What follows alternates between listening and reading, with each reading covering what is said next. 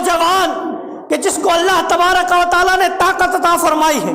جس کو اللہ تبارک و تعالیٰ نے صحت عطا فرمائی ہے، جس کو اللہ تبارک و تعالیٰ نے جوانی عطا فرمائی ہے، کہ وہ بندہ پہاڑ کو توڑنے کی طاقت رکھتا ہو، کہ وہ بندہ شیر کو پھاڑنے کی طاقت رکھتا ہو، وہ بندہ یہ دھمکیاں دیتا ہو کہ میں تجھے گھر سے اٹھا لوں گا، میں تجھے گھر سے بھگا لوں گا، میں تجھے گھر میں رہنے نہیں دوں گا، جب رمضان کا روزہ آتا ہے تو کہتا ہے کہ صاحب بھوکا نہیں رہ جاتا، ابھی تو کہہ رہا تھا کہ میں تجھے اٹھا لوں گا، ابھی تو کہہ رہا تھا کہ میں تجھے گھر میں گھس کے ماروں گا، اور رمضان کا مہینہ آ گیا تو کہہ رہا ہے کہ ہمت نہیں ہے کہ پورا دن بھوکا رہ سکوں۔ تو ایسے جوانوں کی جوانی پر لعنت، کیا سب بولیں گے؟ ایسے جوانوں کی جوانی پر لعنت جو روزے نہ رکھتے ہو، سارے بولے کہ بغیر روزے والے آئیں گے زیادہ، روزے والے ہیں نا، ایسے جوانوں کی جوانی پر لعنت جو روزے نہ رکھتے ہو۔ ہاں، شرم نہیں آتی ہے،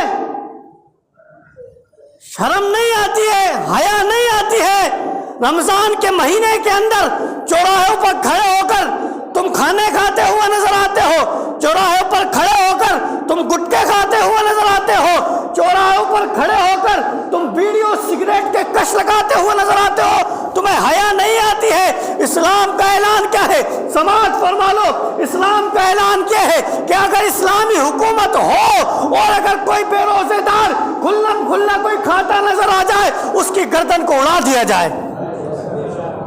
آپ دیکھیں کہ کتنا اہم فریضہ ہے یہ روزہ، کتنا اہم فریضہ ہے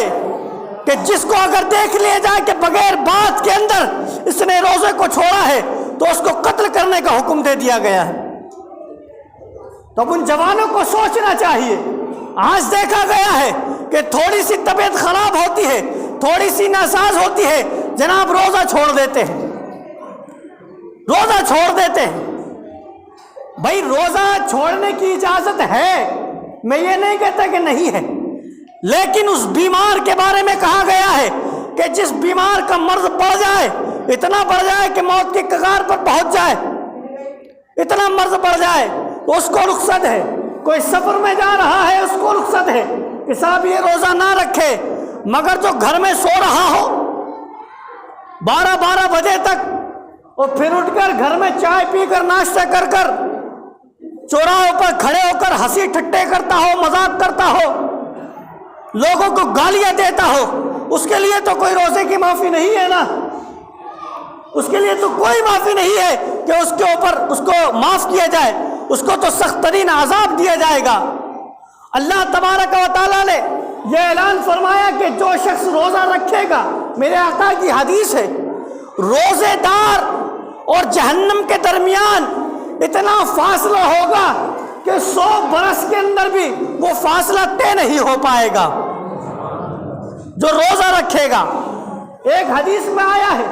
کہ روزے دار اور جہنم کے درمیان اتنا فاصلہ ہوگا جتنا فاصلہ زمین اور آسمان کے درمیان ہے۔ تو یار ہمیں تو چاہیے کہ اس مہینے کے ہم مکمل روزے رکھیں، اور یہ روزہ فرض ہے، ہر حال میں رکھنا ہی رکھنا ہے۔ میں نے پچھلے جمعے کو بھی عرض کیا تھا کہ کوئی یہ بہانہ نہیں بنا سکتا کہ میں مزدوری کرتا ہوں، میں ٹھیلا چلاتا ہوں، میں رکشہ چلاتا ہوں، میں ٹیکسی چلاتا ہوں، میں صاحب بجری اور روڈی ڈھوتا ہوں، میں مستری کا کام کرتا ہوں، میں میکینک کا کام کرتا ہوں، کوئی عذر پیش نہیں کیا جا سکتا۔